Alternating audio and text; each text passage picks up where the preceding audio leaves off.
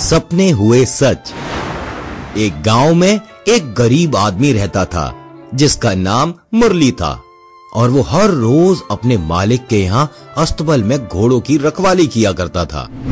एक दिन वो गरीब आदमी अस्तबल में काम करने जा रहा था। बेटा मैं जा रहा हूँ काम पर। पिताजी आप कहाँ जा रहे हैं? बेटा मैं घोड़ों की रखवाली करने जा रहा हूँ। पिताजी मैं भी चलूंगा आपके साथ। नहीं बेटा, मुझे वहाँ ढेर सारा काम है। तुम वहाँ जाकर क्या करोगे? पिताजी मुझे जाना है, मैंने बहुत दिनों से घोड़े नहीं देखे हैं। और सोनू बहुत जिद करने लगता है और अंत में उसके पिताजी मान जाते हैं।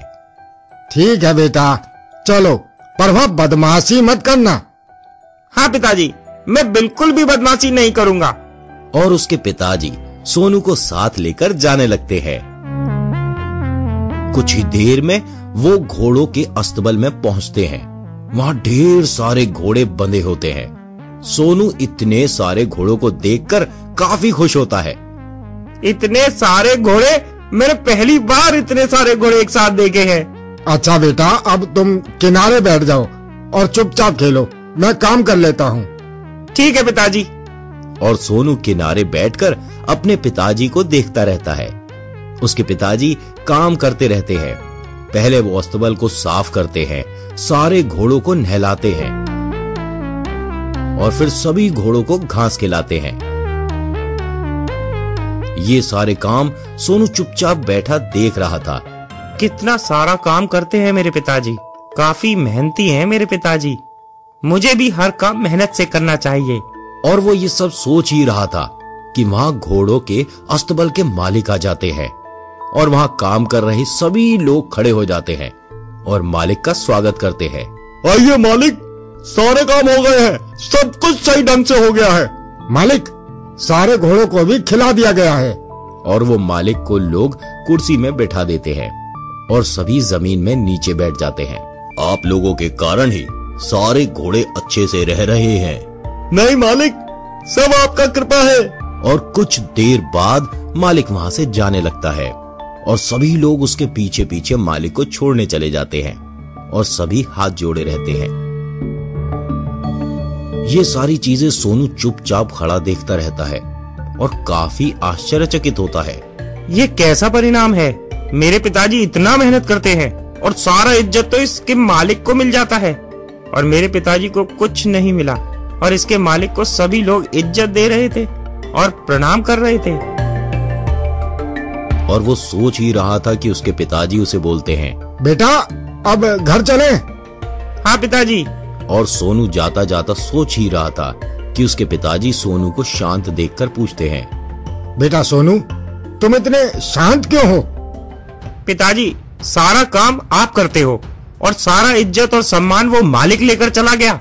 बेटा वो बड़ा आदमी है, उनके पास पैसे हैं, वो इतने सारे घोड़ों का मालिक है, इसलिए सब उनकी इज्जत करते हैं। सोनू के दिमाग में ये बातें चलती रहती है और ये बातें कभी नहीं भूलता है। वो सब घर जाते हैं और खाना खाकर सो जाते हैं। अगले दिन वो स्कूल जाता है। वहां मास्टर जी सभी को होमवर्क देते हुए बोलते हैं, बच्चों सभी को होमवर्क करके लाना है और होमवर्क में लिखना है कि बड़े होकर कौन क्या बनेगा, समझे? हाँ गुरुजी। और सभी बच्चे घर चले जाते हैं। सोनू भी रात भर सोचता है, मैं बड़े होकर क्या बनूंगा? और वो सोचता रहता है। तभी उसके दिमाग में एक अच्छा आइडिया आता है। हाँ मैं समझ गया, मैं बड़े होकर क्या बनूंगा। मैं बड़े होकर ढेर सारे घोड़ों का मालिक बनूंगा और एक बड़ी जमीन का मालिक बनूंगा। और वो सोचकर ये सारी बातें अपनी कॉपी पर लिख देता है और यहाँ तक कि वो अपनी कॉपी में अपनी जमीन और घोड़ों की तस्वीर भी बना देता है। हो गया मेरा लेख तैयार, अब मैं कल जाकर गुरुजी को दिखाऊंगा। और वो सोने चला जाता है और सपने में देखता है, मैं मालिक हूँ, सभी लोग उसके आगे पीछे घूम रहे हैं, उसकी बड़ी बड़ी गाड़ियां हैं और एक बड़ा सा घर है। वो अगले दिन उठाता है और अपने स्कूल के लिए जाता है। स्कूल में गुरुजी सभी को होमवर्क जमा करने के लिए कहते हैं, बच्चों सभी को अपना होमवर्क जमा करो। हाँ गुरुजी। और सभी बच्चे अपने अपने होमवर्क जमा करते हैं। गुरुजी सभी की कॉपियां चेक करने लगते हैं और कुछ ही देर में सबकी कॉपियां चेक करके वापस दे देते हैं।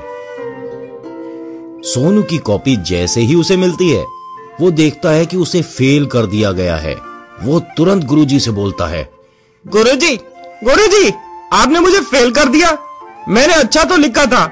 मैं जो बड़ा होकर बनना चाहता हूँ वही लिखा मैंने। तुमने लिखा तो सही है, पर तुमने बहुत बड़ा लक्ष्य लिख दी है। सबने अपनी छोटी छोटी लक्ष्य लिखी है और सभी पास हो गए। तुमने बहुत ही ज्यादा बड़ा सपना लिख दिया है, इसलिए तुम्हें नंबर नहीं मिले। पर गुरुजी, मुझे जो बनना है मैंने वही लिखा है। मुझे बड़ा होकर ढेर सारे घोड़ों का मालिक ही बनना है।